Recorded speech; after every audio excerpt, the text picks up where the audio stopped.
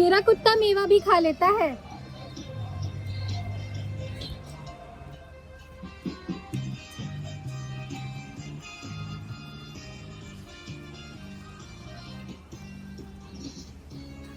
Cherry orchard को बार बार करना, लगातार करना बहुत अच्छा लगता है, क्योंकि मुझे लगता है कि जिस बात को कहना चाहती हूँ या कहना चाहते हैं, बहुत सारे लोग जो कहना चाहते हैं वो इसके माध्यम से बहुत आसानी से दर्शकों में जा पाती है।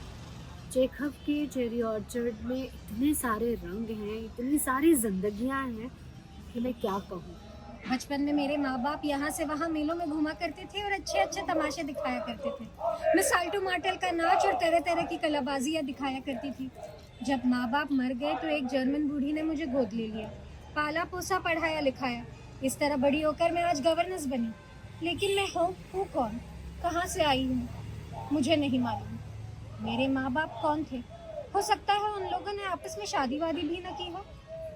उन जिंदगियों को पिछले न जाने कितने सालों से मैं स्टेज पे कर रही हूँ, पढ़ रही हूँ, बुन रही हूँ, लेकिन बावजूद उसके जब मैं उन्हें एक बार फिर से करती हूँ, बुनती हूँ तो उनमें और गहरे उतरती चली जाती हूँ कि आखिर वो उनसे क्या कहना चाहते हैं।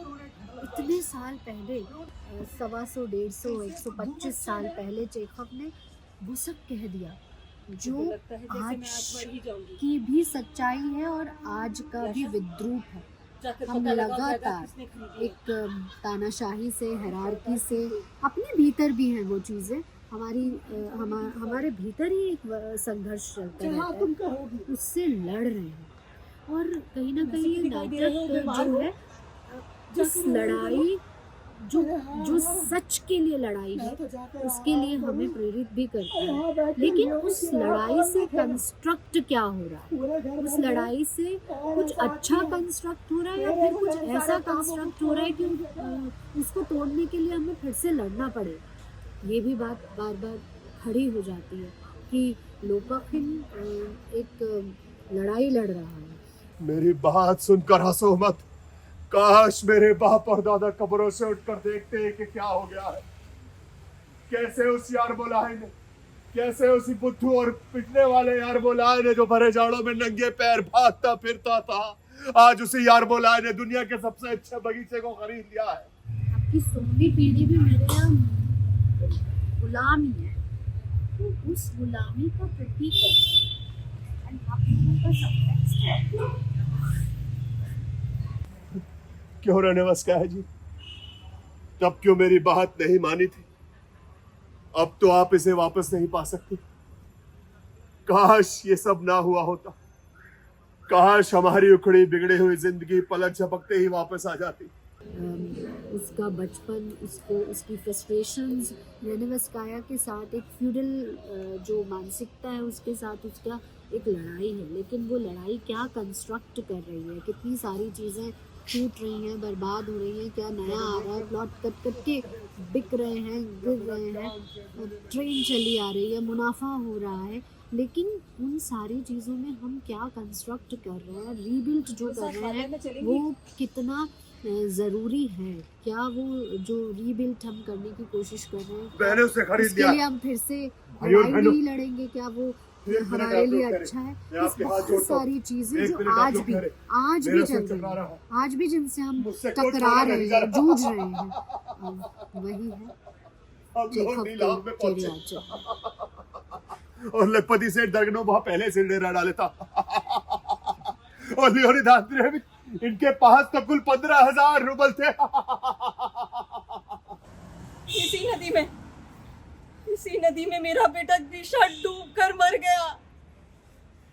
तब मैं विदेश चली गई ताकि यहाँ कभी ना लौटूं, इस नदी को कभी ना देखूं, हमेशा भागती रहूं।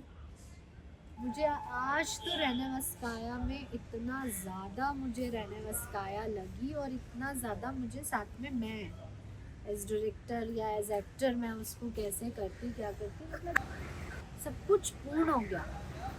इतना सुंदर रचना मुझसे बर्दाश्त नहीं हो रहा। मैं जानती हूँ तुम लोग हंसोगे। मैं पागल हूँ। मेरी किताबों की अलमारी, मेरी वो नन्ही मेज, क्रीचर आपको कुछ कहते हैं जैसे पृथ्वी में, वो मेरे ऊपर ना वो चीज़ें पड़ जाती हैं फिर मैं उनसे बहुत लेट ओवरकम होती हूँ, क्योंकि मैं अपने में और आप में कोई अंतर नहीं समझती, कोई भी अंतर। इसीलिए शून्य टचवुड अगर मैं इसको बखान करने बैठी हूँ तो ये बहुत ग्रो किया हुआ ग्रुप है। इसका एक एक आर्टिस्ट और मैं इतनी खुश हूँ कि जैसे ये आई और लगातार इनका अब हमारे साथ ये तीसरा प्रोडक्शन है। तो ये कितना दुहिता को देख के इतना अच्छा लगता है, हर्षा जी में माँ को देख के इतना अच्छा लगता है, तो कुछ और बाकी तो खैर जिनका रोल है उनके बारे में क्या कहा जाए, कुछ कहा नहीं जा सकता। एक एक कैरेक्टर जो चेखव की जैसे यहाँ आत्मा आ गई एक एक कैरेक्टर में, एक एक कैरेक्टर दुनियाशा, इश्चिक का अब इतना अच्छा बन रहा है, आज तो पुनीत का इतना अच्छा बना। आज तो गर्मियां बिताने वाला सिर्फ बरामदे में बैठा बैठा चाय ही पीता रहता है। आपको ऐसा लग नहीं रहा कि आप उनकी बात को सुन के उस पे एक चिंतन होना चाहिए, या तो वो बिल्कुल फिर इसमें हिले डुले ना, अगर वो शार्लोटा अपने में है उस वक्त, है ना, या फिर अगर वो सुन रही है तो फिर वो सुन, वरना उनकी बात का मीनिंग चला जाएगा। लोपखिन रेनिवस्काया गायब की बात का हम सबके लिए बहुत मीनिंग है, क्योंकि वार्या हो चाहे कोई भी हो, यहाँ पे के कैरेक्टर को देखेंगे तो आन्या को छोड़ के जो बाद में कहती है मैंने चाबियाँ फेंक दी, अब मेरे को ही चेरी का बगीचा अच्छा नहीं लगता, हम सब आउटसाइडर्स ही हैं। बढ़ो, सुदूर क्षितिज तक उस चमकते हुए सितारे तक आगे बढ़ो दोस्तों, पीछे घिसटो मत। सच कैसा अच्छा बोलते, यह बड़ा सुहाना लग रहा है। हाँ, मौसम बड़ा सुहाना है। पेत्या, पता नहीं तुमने जाने क्या कर दिया कि मैं अब चेरी के बगीचे को पहले की तरह प्यार नहीं करती। पहले तो मैं इसे प्राणों से ज्यादा चाहती थी, सोचा करती थी कि हमारे बागीचे जैसी कोई चीज ही इस धरती पर नहीं। सारा रूस ही तो तुम्हारा बागीचा है। धरती बहुत बड़ी, बहुत सुंदर, और इसमें एक से एक सुंदर चीजें।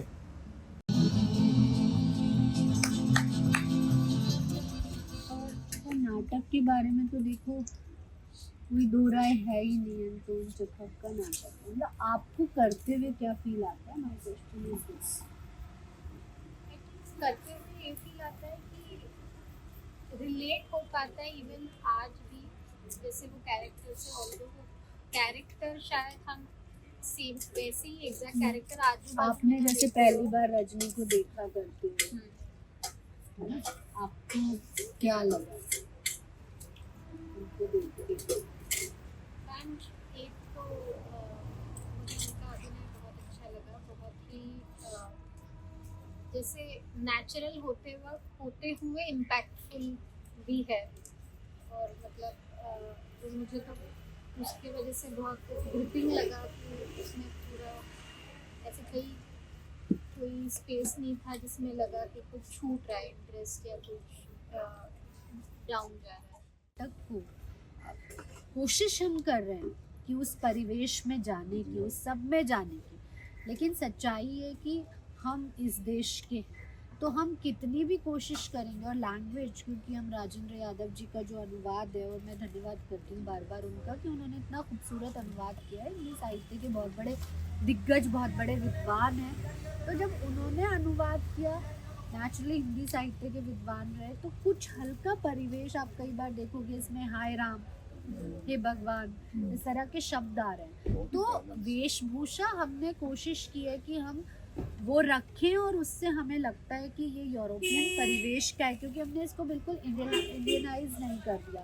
जैसे कि जब हम आनुष करते हैं भीष्म साहनी जी का, वो पूरा अच्छा, वो नाटक हमें बड़ी फ्लेक्सिबिलिटी देता है कि उसको हमने, मतलब शून्य ने उसको वहाँ के यूरोपियन परिवेश में भी खेला है, उस कॉस्ट्यूम के साथ भी खेला है।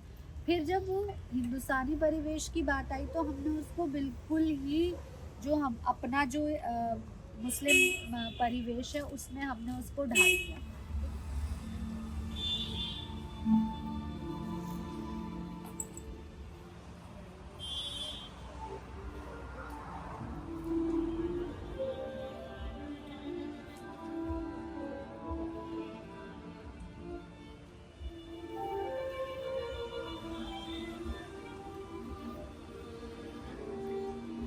मेरा पर्सनली एक सवाल है कि इतने सालों तक तुमने एक डायरेक्टर को जिया है, इन बिटवीन तुम एक और तुमने रियलिटी छाया किया, और कैसा लगता है? मैम ये जितनी बार हमने किया है स्टूडियो से लेकर ऑनलाइन और बाकी सब मंचों में, बड़े मंचों में, हाँ ऑनलाइन में भी तो हमने किया। हर बार ऐसा लगता है कि अच्छा सिर्फ 1% जानते हैं इस कैरेक्टर को, और वो जब कर लेते हैं ना मतलब अच्छा ऐसा लगता है कि हाँ समझ गए, और करने के बाद समझता कि अब एक नेक्स्ट टाइम जब करते हैं तो अरे ये तो 1% था, इसमें तो और कुछ परत खुल रही है, इसमें ये भी तो हो सकता है, वो ऐसा भी तो सोचती होगी। और मुझे इसकी बहुत अच्छी खूबसूरती लगती है कि इसमें ना सब इक्वल से आपकी डिज़ाइनिंग है और इतने सारे कैरेक्टर्स हैं, सबकी अपनी दुनिया चल रही है, मतलब सब इम्पोर्टेंट है ये यहाँ पे। सबसे ब्यूटीफुल है इसमें कि सब हमेशा ऑन स्टेज।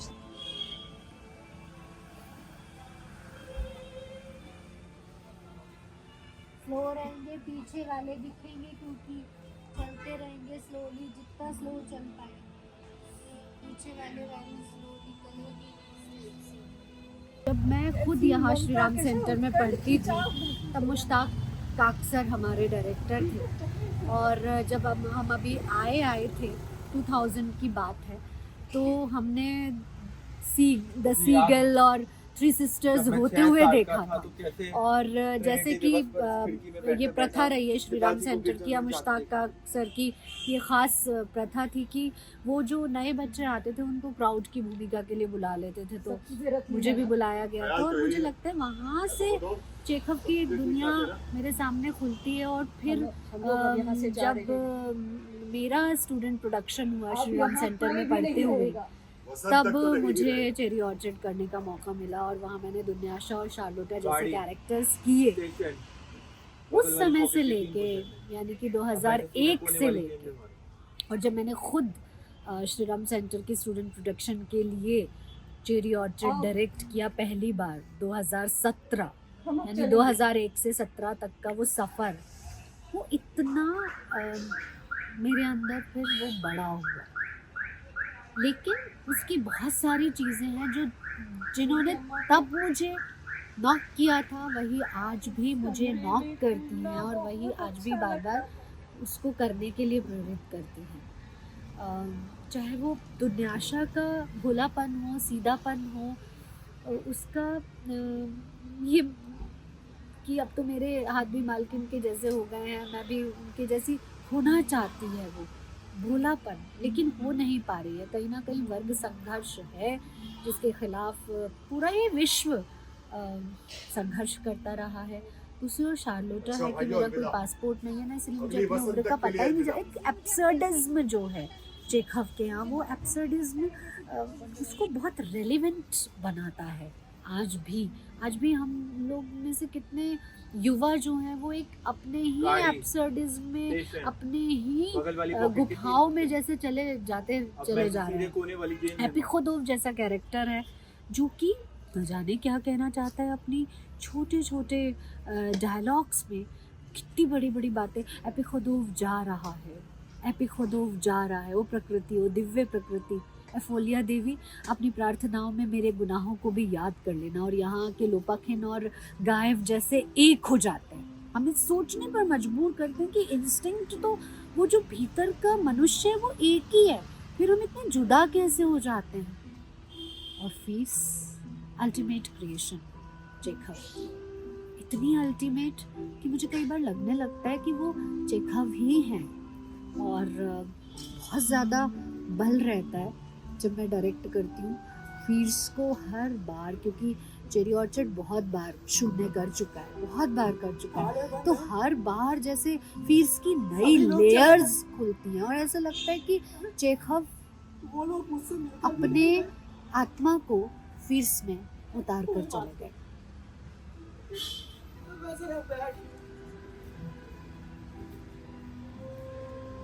शर्तिया कहता हूँ,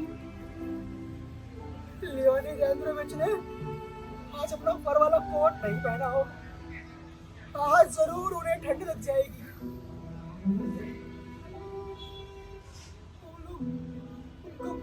उन्हें मेरा ध्यान भी नहीं आया।